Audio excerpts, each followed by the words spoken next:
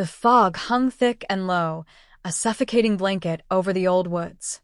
Elias shivered, pulling his worn jacket tighter. He regretted this folly, this dare born of cheap fear and boastful whispers. 15 minutes. That's all he had to stay by the dark lake, the lake of bodies. Locals spoke of it in hushed tones, their eyes wide with ancient fear. It wasn't just the black, still water that earned it its gruesome moniker. It was the legend, the chilling whispers of what lay beneath. Not just the detritus of the forest, but the unquiet dead. He stumbled through the gnarled trees, the air growing colder with each step. The silence was unnerving, broken only by the crunch of his boots on dead leaves. No bird sang, no cicadas hummed. The forest itself seemed to hold its breath. Then he saw it, a clearing, and beyond it, the inky blackness of the lake. It was a perfect mirror, reflecting the heavy, starless sky. No ripples disturbed its surface, no hint of life within its depths. It was profoundly, horrifyingly still.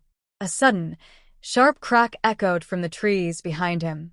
Elias spun around, heart hammering against his ribs. Nothing. Just the oppressive silence. He told himself it was just a branch, an animal. But a cold dread slithered down his spine.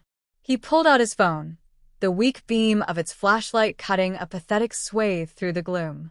He aimed it at the water, and his breath hitched. Just at the edge, where the black water met the muddy bank, he saw it.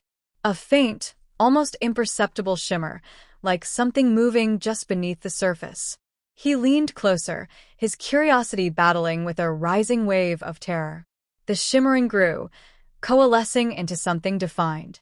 A pale, translucent hand, fingers skeletal and elongated, seemed to press against the water's surface from below, as if trying to break free. It was gone as quickly as it appeared, leaving only the inky blackness. Elias gasped, stumbling back. His blood ran cold. This wasn't just a legend.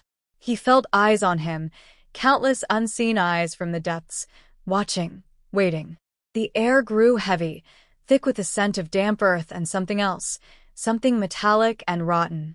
A faint, gurgling sound emanated from the lake, like water filling lungs. Then another, and another. Soon, the entire surface of the lake seemed to whisper with these awful, watery sounds. It was as if 1,000 drowning mouths were trying to speak, trying to scream. He wanted to run, to flee this cursed place, but his feet felt rooted to the spot. The terror was paralyzing. He could feel the cold radiating from the lake, seeping into his bones. Suddenly, a ripple broke the perfect stillness of the water, then another, larger one. The ripple spread outwards, growing more violent, as if something enormous was stirring beneath. The surface began to churn, not like a current, but like 1,000 unseen hands were thrashing within. Then, from the center of the lake, a form began to emerge. Slow. Agonizingly slow. It was indistinct at first, a shadowy mass against the black water, but as it rose, its shape became sickeningly clear. It was a body. Not a single body, but a grotesque, tangled mass of them. Limbs intertwined, pale faces pressed against each other, hair flowing like seaweed. They were bloated, decaying, but still, undeniably, human. They rose as one, a horrifying tableau of the drowned, their eyeless sockets fixed on Elias. He choked back a scream. The gurgling sounds intensified, now accompanied by a wet, sucking noise as the mass of bodies continued to rise.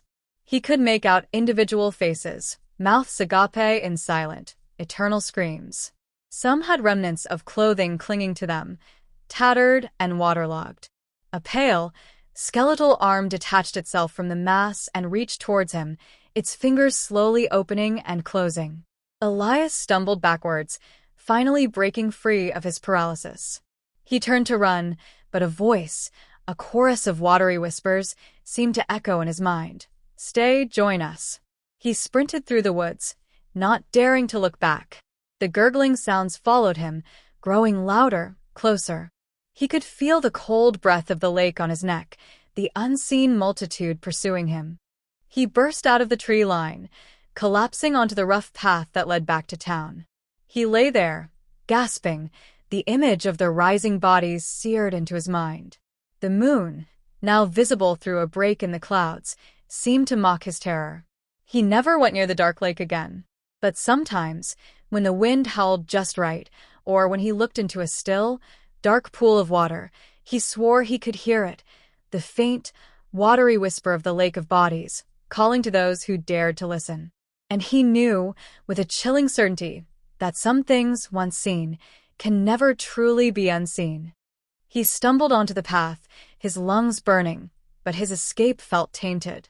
An involuntary spasm twisted his head sharply to the left, his eyes fixated on the dark tree-line he'd just escaped. A low, wet gurgle seemed to echo in his ears, not from the forest, but from somewhere within him.